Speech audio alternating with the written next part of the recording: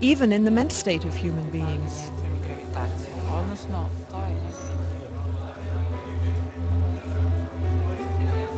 Despite his new notoriety, Tesla is a pure inventor, a great dreamer, and does not actively pursue the commercial exploitation of his ideas. His many remarkable breakthroughs in high-frequency electricity, including radar, radio, neon, and fluorescent lamps, are often attributed to others. For instance, Tesla's invention of shadowgraphs, a system for taking X-ray photographs, predates the work of Wilhelm Röntgen. Tesla's fertile imagination enkindles theories for the internet and television years ahead of their time. Though these visionary leaps are ultimately proven and manifest, Tesla's tendency toward exaggeration and the manner in which he announces his ideas to the press caused the inventor a good deal of public criticism. We must be able to transmit scenes from other places over long distances. Pictures, the news, energy. Why not matter too? Now we must liberate thought. We must set it free of limitations that space and time impose on it, and yet keep its principal characteristics. Now and in future centuries. A flamboyant and mysterious man, always too eager to share his ideas with the world, Tesla demonstrates his laboratory experiments to such friends and luminaries as Mark Twain. The man was socially capable of hobnobbing with the most elite people in the world at the time, Mark Twain, Westinghouse, J.P. Morgan, and from his acquaintances was able to finance some of the most spectacular experiments in history.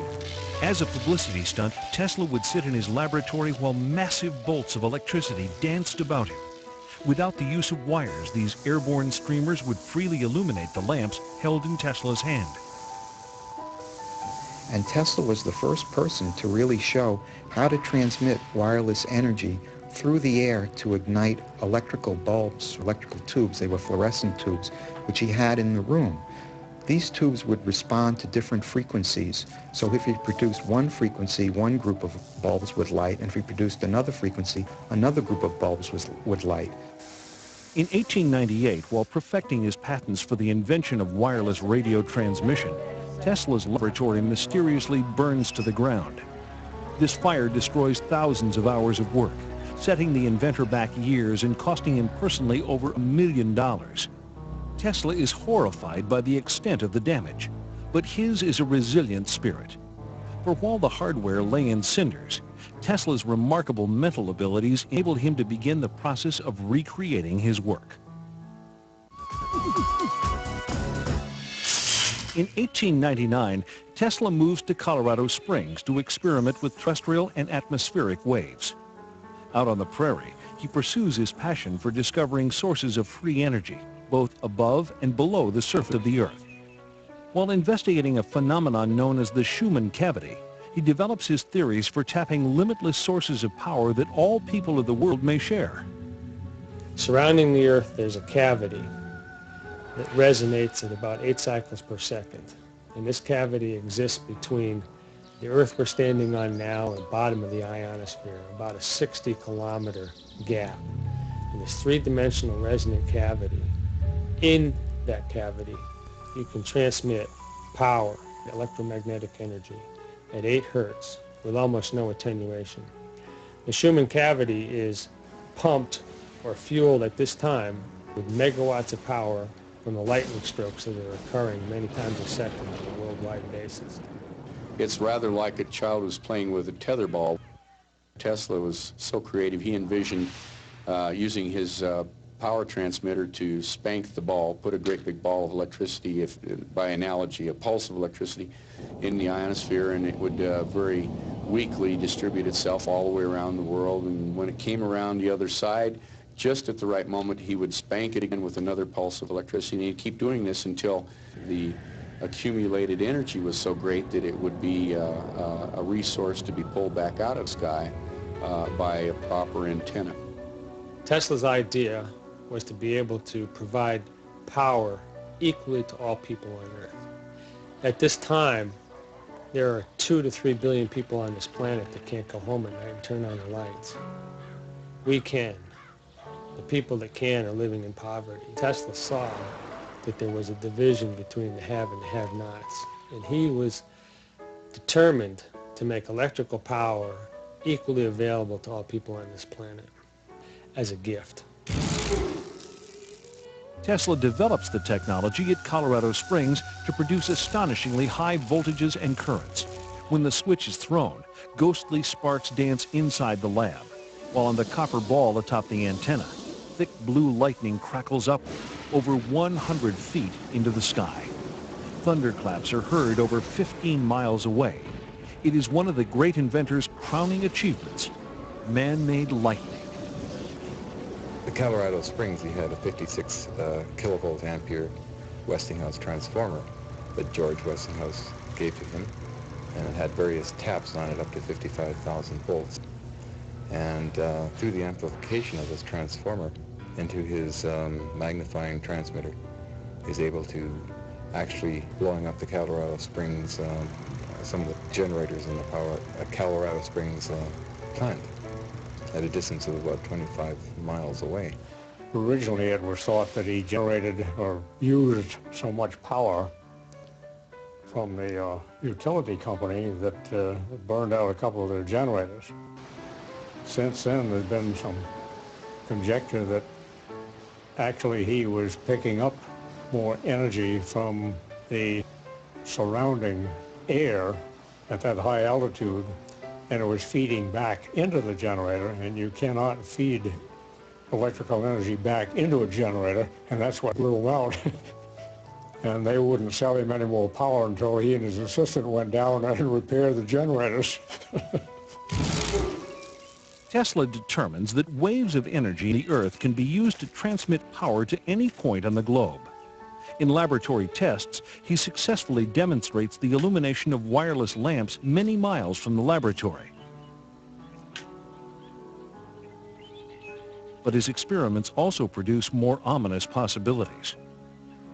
Alpha waves in the human brain are between 6 and 8 hertz. The wave frequency of the Schumann cavity resonates between 6 and 8 hertz. All biological systems operate in the same frequency range. The human brain's alpha waves function in this range, and the electrical resonance of the Earth is between 6 and 8 hertz. Thus, our entire biological system, the brain and the Earth itself, work on the same frequencies. If we can control that resonance system electronically, we could directly control the entire mental system of humankind. Tesla, aware of the awesome power this aspect of his discovery might unleash, decides to keep it under wraps. With the success of the Colorado experiments, Tesla moves back to New York City. After courting several financial backers, he is introduced to J.P. Morgan, the infamous banker and international financier. Morgan is convinced by Tesla's promise that he can, quote, build a world broadcasting system that will earn millions. Inspired by the earlier works of genius attributed to Tesla, the business-savvy Morgan invests $150,000.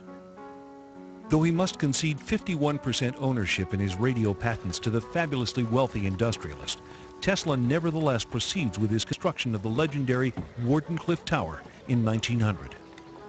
Wardenclyffe laboratories were built by Tesla to try to prove his dream, his radio transmission of power. First it started off, he told his backers it would be just voice communication, but his real dream was power. Soon thereafter, with Wardenclyffe in the midst of construction, Tesla receives a report that Guglielmo Marconi has successfully completed a trans-ocean radio transmission. Morgan threatens to pull out. Rather than admit defeat, Tesla expands on his original idea for Wardenclyffe, transforming it into a pilot project for his long-envisioned global power and communications system. Tesla promises Morgan that he can erect a system of towers that will pull down energy from the ionosphere, making it possible to transmit electricity throughout the world without wires. In short, free energy for everyone. Tesla was called a nut because Tesla also said that he could generate without any fuel, without any solar energy, without any wind power. He could generate electrical power, and he did do that. And that was something that the fuel companies didn't want to have happen. He was also able to broadcast electrical power through the air without any wires. And that project was stopped by J.P. Morgan when the commercial consequences became obvious. Seeing no way to make a profit from Tesla's free energy device and convinced Marconi would monopolize radio, Morgan backs off. Ironically, over 40 years later, the Supreme Court of the United States determines that Marconi copied his radio technology from patents already held by Tesla, and that it was Tesla who actually discovered wireless transmission. Some believe that the Wardenclyffe fiasco was about more than just money. They say Tesla himself scuttled the plant out of fear that in the wrong hands, the potential power generated by Wardenclyffe could bring lasting harm to the people and the planet.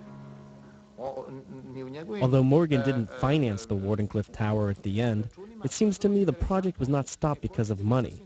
Tesla stopped it when he realized his ideas might be co-opted and implemented solely for military purposes. That's probably the wisest decision a scientist can make. And Tesla reveals for the first time in an article published in the New York Times that Wardenclyffe could also be used as a weapon to take down airplanes. He managed to stop the catastrophe that would be attributed to him, because being able to free and target down 2 billion volts from the ionosphere is sufficient to burn any city on the planet. The effect is stronger than the atomic bomb.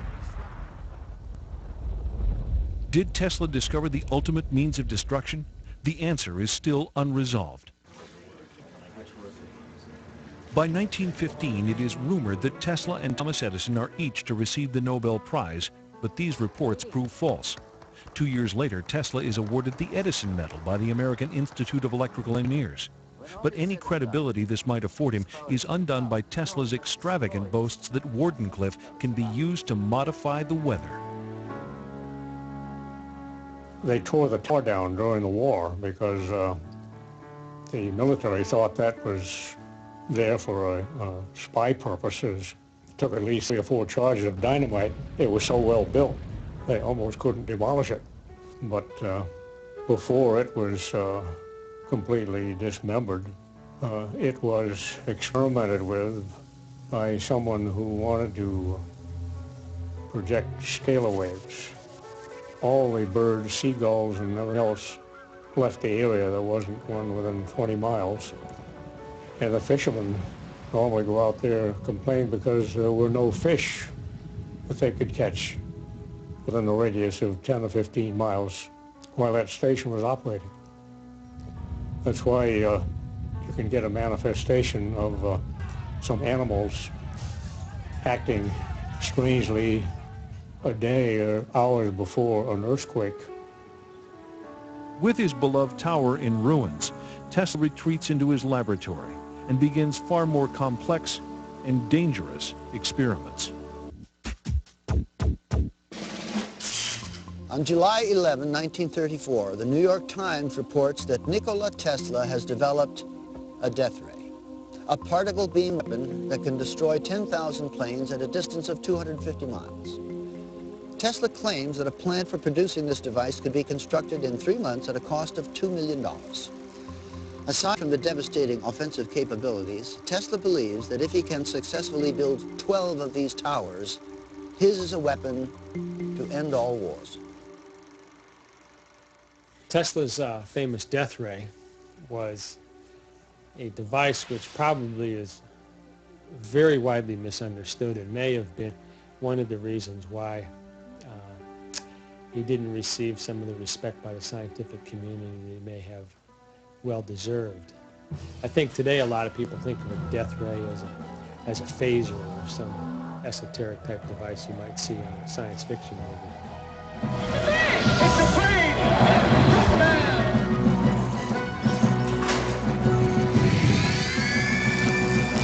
Tesla's claims terrify the public, but fascinate Hollywood. He is parodied in Superman cartoons as a mad scientist terrorizing New York with an electrothanasia death ray and an army of remote-controlled robots. Tesla's death ray was actually a particle beam weapon. A particle beam weapon which he had developed in the 30s. It was based on the principle of electrostatic acceleration of minute particles of charge, similar to work being done by the Department of Defense. The basic concept is that you take a particle, a micro projectile it's called, and through the use of high voltage, you accelerate it to great velocities. The velocity being very high, the particle doesn't have to be very big to do a lot of damage. If you get a stream of these things being